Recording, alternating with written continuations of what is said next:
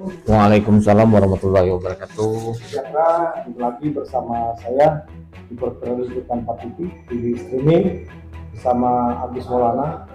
Saat ini saya berada di ruang 3 Kepala Sekolah SMK Negeri 3 di Kota Batu Raja, Kabupaten Agam, Kabupaten Hulu, Provinsi Sumatera Selatan bersama Bapak Rekan Hanafi. Sebelumnya selamat pagi menjelang siang nih. Selamat pagi. Sekarang Rekan Hanafi.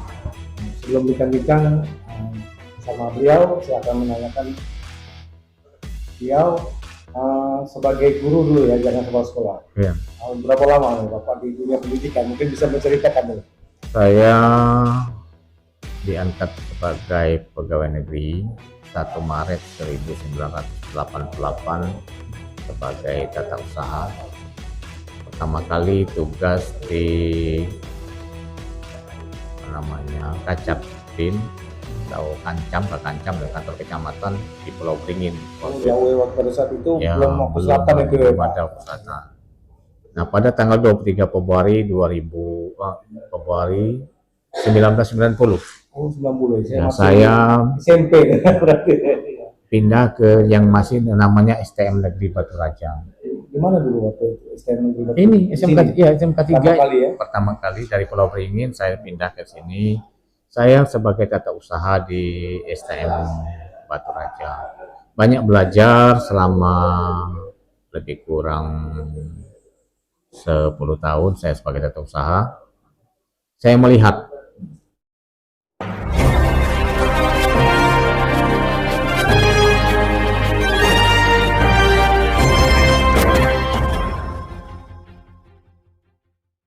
itu guru-gurunya muda-muda semua, energik, yang juga terkenal disiplin sangat tinggi. Ya.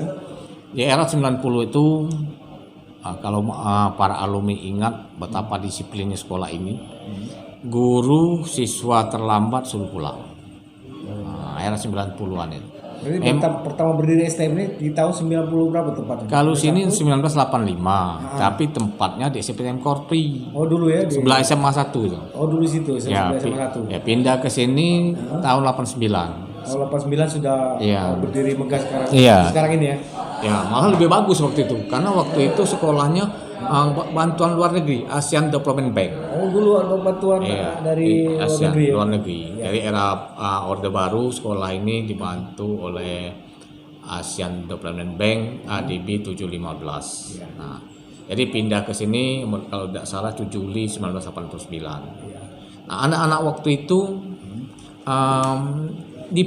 bukan dipaksa ya, kira-kira diwajibkan bagaimana menghijaukan sekolah ini. Karena sekolah ini gundul. Oh, pada saat itu. Pada saat itu belum ada pohon-pohon ini. Sekarang pindah, sejuk benar ya, di lokasi STM Negeri ya. Dengan kerja keras, seorang kepala sekolah yang pertama yang bernama Dr. Andas Nila Utama mengajak siswa guru berbondong-bondong bagaimana menghijaukan sekolah ini.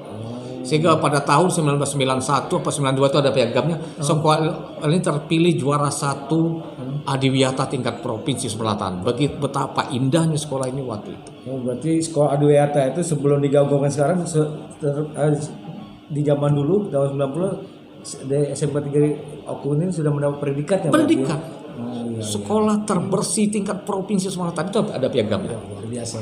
Jadi Pak Hanafi ini artinya tahu persis sejarah daripada berdirinya SMK Negeri 3 Oku ini, Pak. Tahu.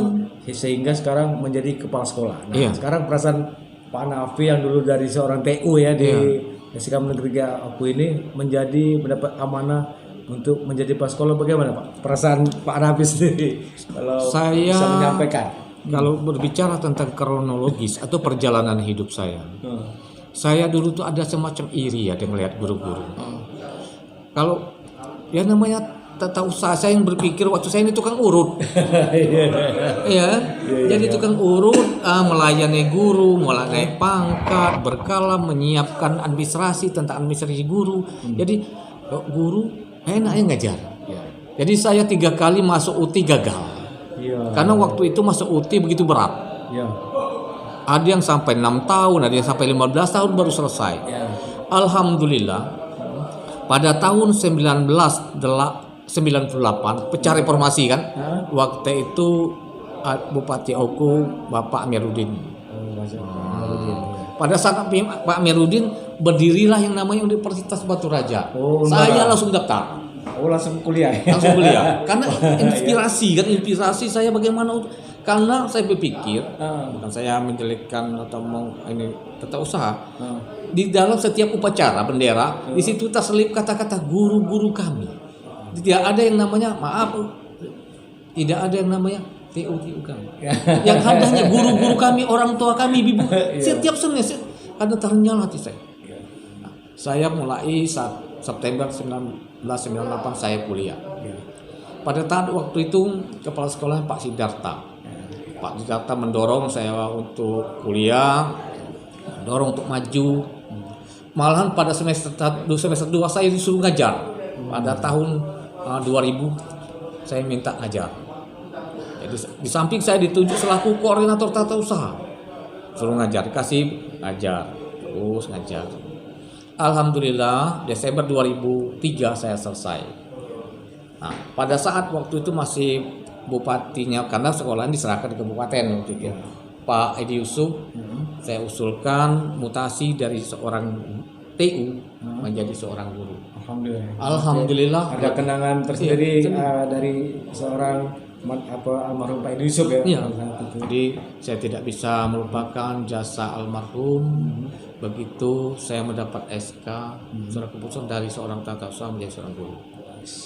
Jadi awal dari Pak Berkah Hanafi ini tidak serta-merta jadi seorang kepala sekolah, jadi berawal dari TU, kuliah supaya bisa menjadi guru, artinya ini bisa menjadi motivasi kita yang muda ini, tentunya ini Pak Berkah Hanafi. Nah ini kan sebelumnya minta maaf nih Pak Hanafi, kan ada pemberitaan ya sekarang ini adanya demo dari salah satu, kita nggak sebutkan ormas dengan LSM-nya di kalau nggak salah di hari Selasa itu di Polda Sumsel terkait dengan katanya penyalahgunaan dana BOS dengan terjadinya pungli ini. Bagaimana dengan menanggapi hal tersebut? Apalagi Pak Hanafi kan setahu saya sering pemberitaan beliau ini prestasi yang telah dicapai di SMK Negeri 3 Oku.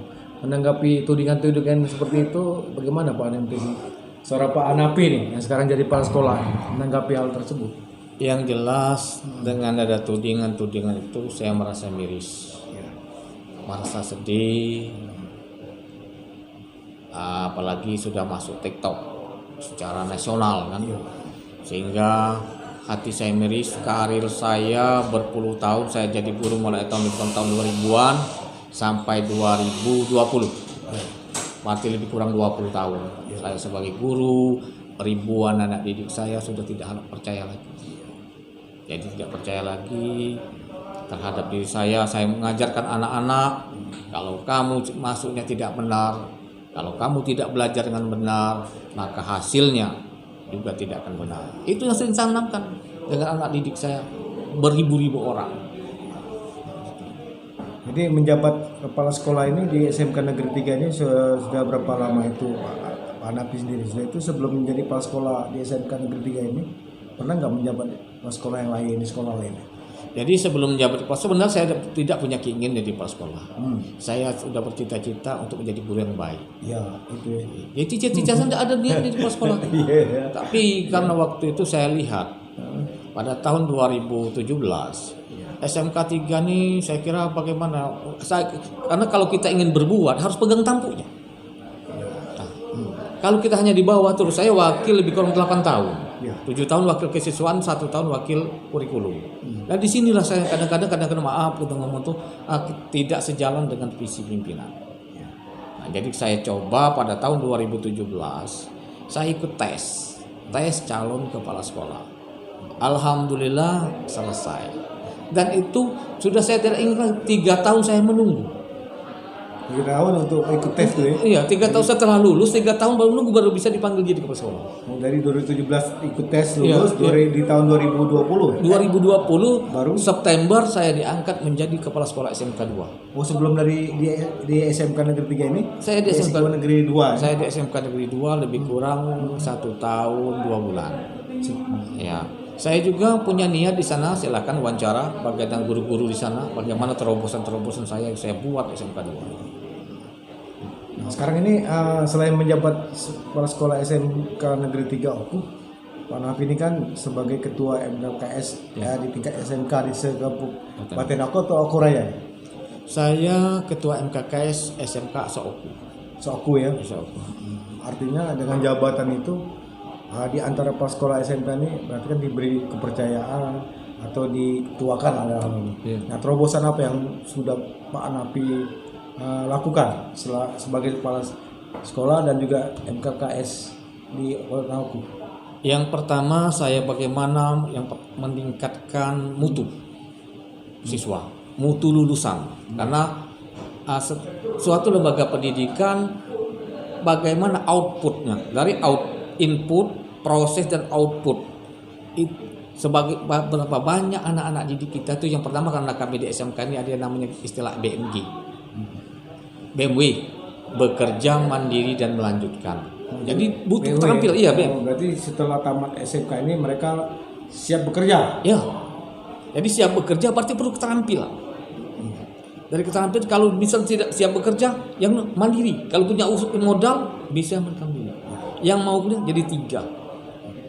Nah, jadi terobosan-terobosan yang banyak lakukan mulai tahun 2022 karena saya di sini 1 Desember 2021 ujung tahun.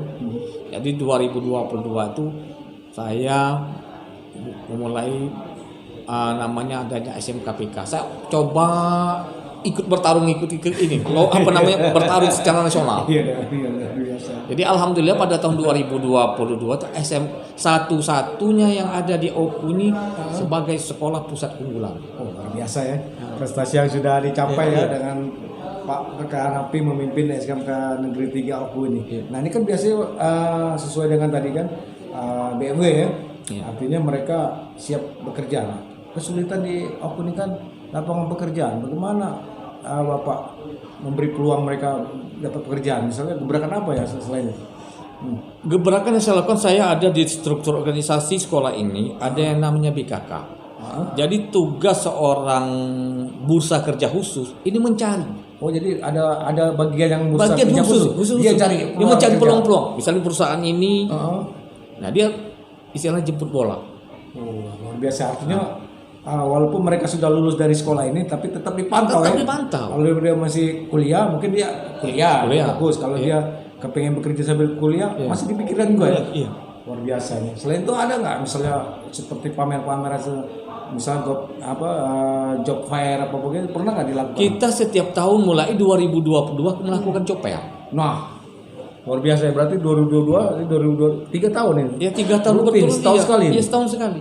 Nah, dari hasil itu banyak yang sudah bekerja. Alhamdulillah pada tahun 2022 ada 9 anak yang diterima di Daihat Jakarta. Luar biasa ya. Jadi ada 9 anak. Siap. Nah, sekarang menutup wawancara khusus bersama Pak Berkah Nafi selaku Kepala Sekolah SMK Negeri 3 Oku. Nah, untuk menutup ini Pak, mungkin tanggapan Bapak terkait dengan berita-berita di luar sana, mungkin ada yang ingin Bapak sampaikan, silakan Pak. Yang jelas saya tetap tegar menghadapi berita-berita miring. Meskipun keluarga saya hancur, anak istri, menantu, dan anak didik saya ribuan nih. Iya. Mohon doanya kepada anak didik saya yang saya bersama mereka saya didik puluhan tahun, mulai tahun 2000 sampai 2020 saya selaku guru dan wakil kepala sekolah, mulai 2022 sampai saat ini. Mohon doa restu. Mudah-mudahan dengan tekanan yang begitu dahsyat, Allah Subhanahu wa taala akan memenangkan dan meridhoi apa yang saya laksanakan dengan ikhlas dan sepenuh hati. Apalagi dia seorang pendidik. Ya, kita seorang pendidik, seorang guru, ya guru itu kan digugu dan ditiru. Tapi setiap manusia pasti ada kesalahan dan kehilapan. Jadi misalnya saya ada kehilapan, ada kesalahan, dengan saya mohon maaf yang sebesar-besarnya. Tidak ada gading yang tidak retak, tidak ada yang namanya manusia itu yang tidak bersalah. Hanya Allah yang tahu. Usikum ala nafsi bitaqwa. Wassalamualaikum warahmatullahi wabarakatuh. Biasa ya. Terima kasih atas waktu dan kesempatannya. Ini Pak Berkah Nafi sudah bincang-bincang khusus bersama media TV 4 streaming ya, bersama saya reporter Agus Maulana. Semoga apa yang disampaikan beliau ini yang baik kita ambil, mungkin ada kesalahan beliau, kehilafan beliau sudah disampaikan. Bapak seorang manusia biasa meminta maaf, sudah disampaikan dengan Pak Berkah Napi tadi. Saya tutup wawancara saya bersama Kepala Sekolah SMK Negeri 3 Kabupaten Ogan Komering Ulu, Provinsi Sumatera Selatan. Nun wa qala mi wasrun. Wassalamualaikum warahmatullahi wabarakatuh. Waalaikumsalam.